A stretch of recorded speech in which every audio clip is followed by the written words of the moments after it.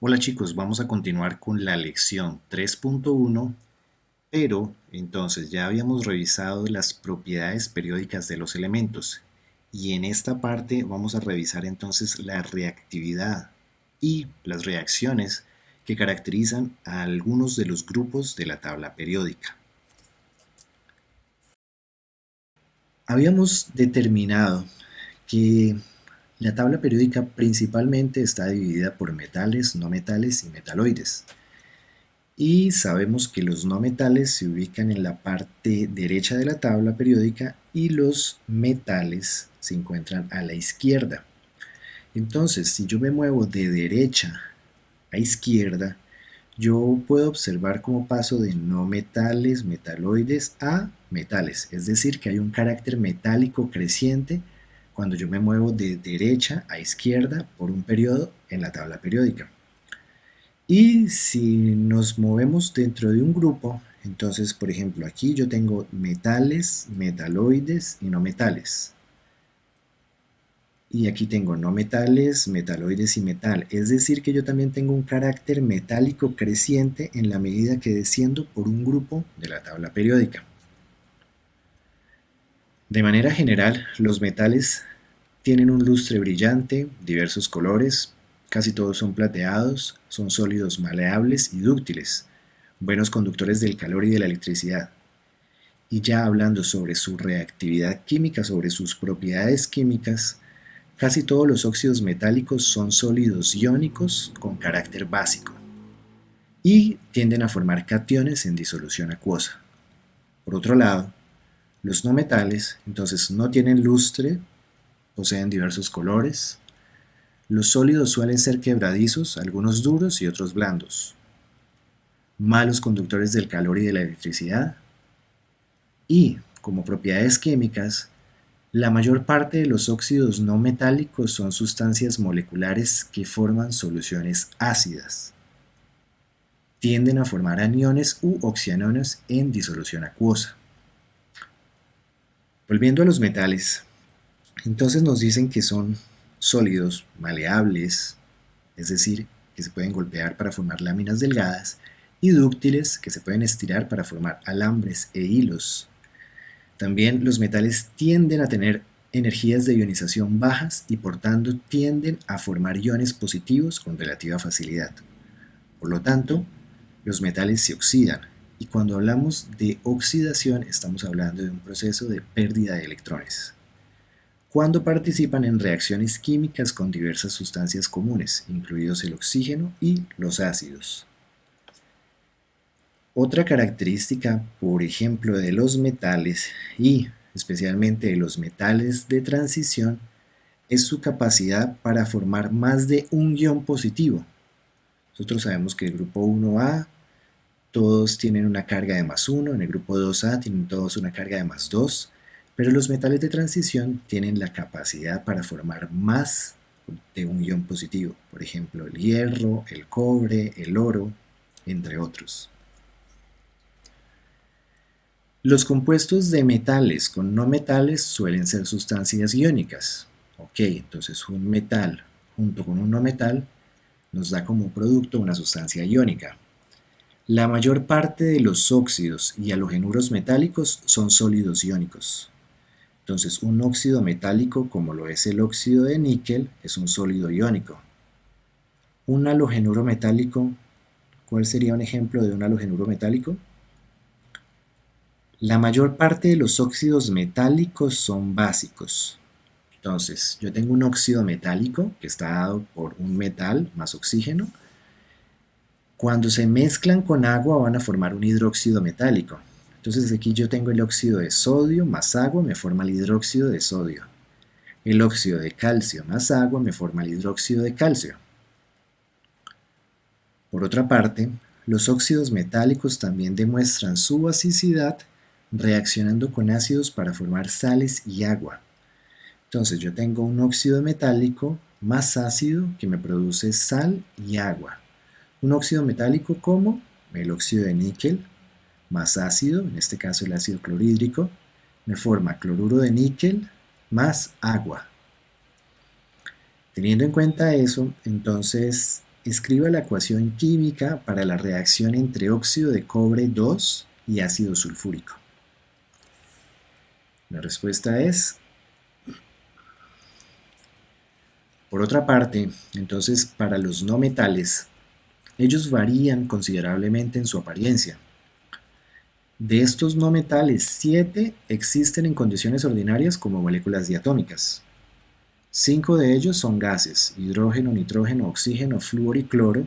Uno es líquido, a temperatura ambiente, el bromo, y uno es un sólido volátil, como lo es el yodo. El resto de no metales son sólidos que pueden ser duros como el diamante o blandos como el azufre. Debido a sus afinidades electrónicas, los no metales, al reaccionar con metales, tienden a ganar electrones. Entonces tengo un no metal como el bromo que reacciona con un metal como el aluminio para formar el tribromuro de aluminio. Entonces vamos a ver, esta corresponde a la configuración electrónica del átomo de bromo, pero como dice acá, cuando reaccionan con metales tienden a ganar electrones. Entonces efectivamente el átomo de bromo se convierte en un anión bromuro y gana un electrón. ¿Dónde lo va a acomodar? En un orbital p. Los compuestos formados en su totalidad por no metales son sustancias moleculares. Los óxidos, halogenuros e hidruros de los no metales son sustancias moleculares que suelen ser gases, líquidos o sólidos de bajo punto de fusión a temperatura ambiente. Entonces en este punto vamos a pensar en un óxido de un no metal, en un halogenuro de un no metal y en un hidruro de un no metal. Y vamos a pensar si estas sustancias son gases, líquidos o sólidos. La mayor parte de los óxidos no metálicos son ácidos. Entonces, cuando digo un óxido no metálico, estoy hablando de un no metal con oxígeno, y resulta que la reacción entre un óxido no metálico, más agua, da como producto un ácido. Entonces tengo el dióxido de carbono más agua, que me forma el ácido carbónico. Tengo el decaóxido de tetrafósforo que reacciona con agua y me forma el ácido fosfórico. La presencia de azufre en el petróleo y la hulla hace que la combustión de estos combustibles produzca dióxido de azufre y trióxido de azufre. Estos se disuelven en agua y son los responsables de la lluvia ácida. Al igual que los ácidos, casi todos los óxidos no metálicos se disuelven en disoluciones básicas para formar sales. Entonces yo tengo un óxido de un no metal, como lo es el dióxido de carbono, más una base como lo es el hidróxido de sodio, me forman sal y agua, en este caso carbonato de sodio más agua. Entonces, de manera general, las tendencias de grupos de los metales activos. Para el grupo 1A, que sabemos que corresponde al de los metales alcalinos, nosotros decimos que ellos son unos sólidos metálicos blandos, tienen baja densidad y bajo punto de fusión. Entonces aquí vemos los valores de densidad en gramos por centímetro cúbico, son pequeños, y bajo punto de fusión. Entonces vemos el litio con 181 grados Celsius, pero vemos cómo estos valores del punto de fusión van disminuyendo hasta llegar incluso a 28 grados Celsius. Conforme se desciende por el grupo, se observa el radio atómico creciente y energía de la primera ionización decreciente. Entonces vemos el radio atómico creciente, ¿cierto? Y la energía de la primera ionización decreciente. Sabemos que la configuración electrónica entonces se caracteriza por tener un electrón de valencia en el orbital s. Estos metales reaccionan con hidrógeno para formar hidruros y con azufre para formar sulfuros. Entonces esta es la reacción general, la ecuación general de estas reacciones. Los metales alcalinos reaccionan vigorosamente con el agua para formar hidrógeno gaseoso y soluciones de hidróxidos de metales alcalinos. Entonces yo tengo un metal que reacciona con agua para formar un hidróxido del metal y producir hidrógeno gaseoso. Son reacciones muy exotérmicas. Se genera suficiente calor para encender el hidrógeno y producir fuego o una explosión. Entonces, estas imágenes me representan la reacción entre un metal, por ejemplo el sodio, con agua. Las reacciones entre los metales alcalinos y el oxígeno son complejas. Cuando el oxígeno reacciona con metales, suele formarse óxidos metálicos que contienen el ion O2-, el ion óxido. Entonces yo tengo litio que reacciona con oxígeno para formar óxido de litio. Sin embargo, los demás metales alcalinos reaccionan con oxígeno para formar peróxidos metálicos que contienen el ion O2 2-. Entonces aquí vemos la reacción entre el sodio y el oxígeno para formar un peróxido de sodio. También, cuando yo tengo la reacción entre potasio, rubidio o cesio y reaccionan con oxígeno, entonces se forman compuestos del tipo MO2, M siendo el metal, que contienen el anión O2- llamado ion superóxido. Entonces vemos la reacción entre el potasio y oxígeno para formar en este caso un superóxido de potasio. Entonces, cuando decimos que las reacciones con oxígeno son complejas, es porque vemos que tengo una variedad de productos. Yo puedo obtener un superóxido de potasio, un peróxido de sodio y un óxido de litio.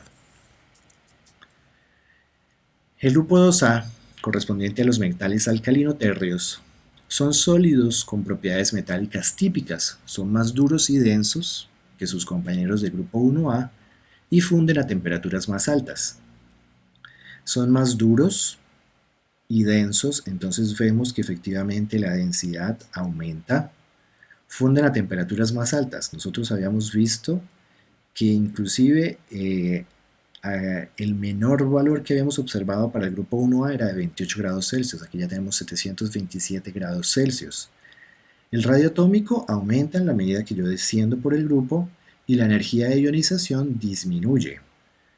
Respecto a la configuración electrónica, vemos que tienen dos electrones en el orbital S, más externo. Los metales alcalino-térreos son menos reactivos que sus vecinos alcalinos. El berilio no reacciona con el agua ni con el vapor de agua. El magnesio no reacciona con agua líquida, pero sí con vapor de agua. Entonces vemos esta reacción del magnesio con vapor de agua para producir óxido de magnesio más hidrógeno. El calcio reacciona con el agua para formar hidróxido de calcio más hidrógeno. Ahora vamos a revisar las tendencias de grupos, pero para los no metales. Dentro de esos no metales tenemos que distinguir al hidrógeno.